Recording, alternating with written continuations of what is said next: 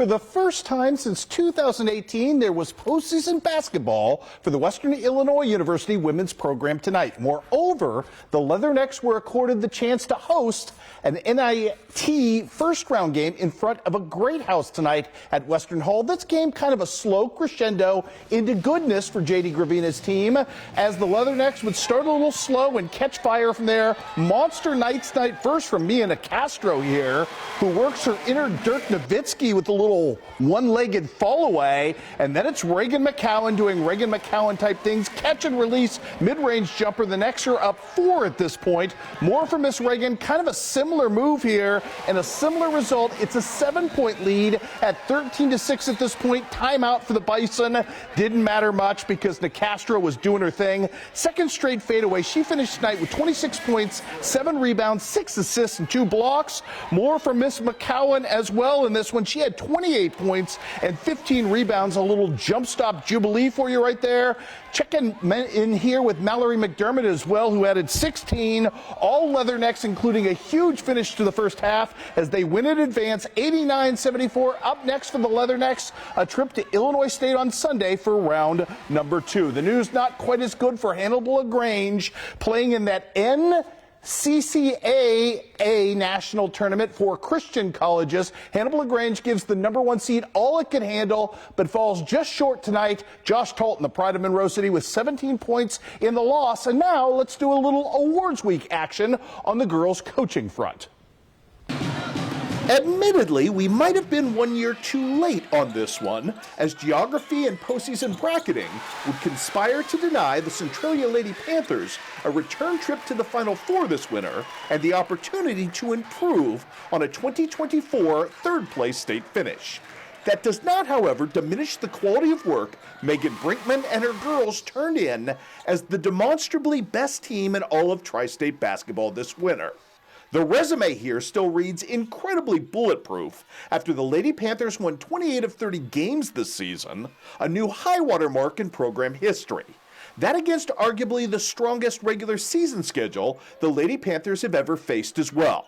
One that saw them notch big-ticket wins over Quincy Notre Dame, Harrisburg, Chillicothe, and California along the way. Centralia's only regular season loss came against Show Me State Royalty in Stratford at the Sophie Cunningham Classic. From that point forward, the Lady Panthers would reel off 20 straight wins, claim a Clarence Cannon Conference crown in a year when that league was chock full of state powers, and certify that their own year-long run near the top of the Class 3 state rankings was both justified and deserved. And let's not dismiss the fact that Megan Brinkman achieved this with just 1 senior on the roster and a couple of freshmen and sophomores stepping into key rotational roles around All-Staters Braylon Brunkhorst and Ryan Gordon, themselves both underclassmen. And it took no less than second-ranked Principia, a private school with an elite roster of future college players, on its home floor to stop Centralia's roll. In her 3 seasons helming the program, 21 seasons have become the norm rather than the exception in Centralia, with Megan Brinkman pulling off a 78-11 record in helping to turn this into one of the true showpiece programs in Missouri girls basketball. And there are no signs that that upward trajectory ends anytime soon. Better late than never on our end, as Megan Brinkman is now your 2025 KHQA Girls Basketball Coach of the Year. And we've got all your diamond and soccer action coming up after the break.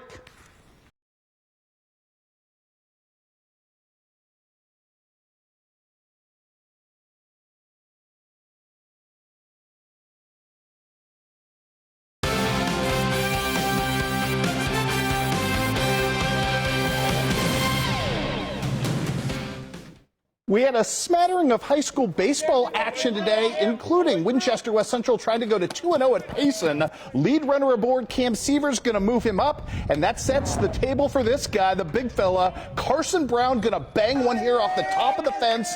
That is an RBI double and stakes the Cougars to a 1-0 lead. They were not done, though, in the scoring department. Your very next batter is Landon Woods, and he's not going to hit the fence. He is going to clear it with plenty to spare. there a 2-run jack for Mr. Woods, which extends Winchester West Central to a 3-0 lead in this one. Bottom of the frame, Payson Seymour trying to bounce back in this one. Nice piece of hitting right here by Mr. Howell, who's going to turn a long single into a double and stake things in a really good spot for his team.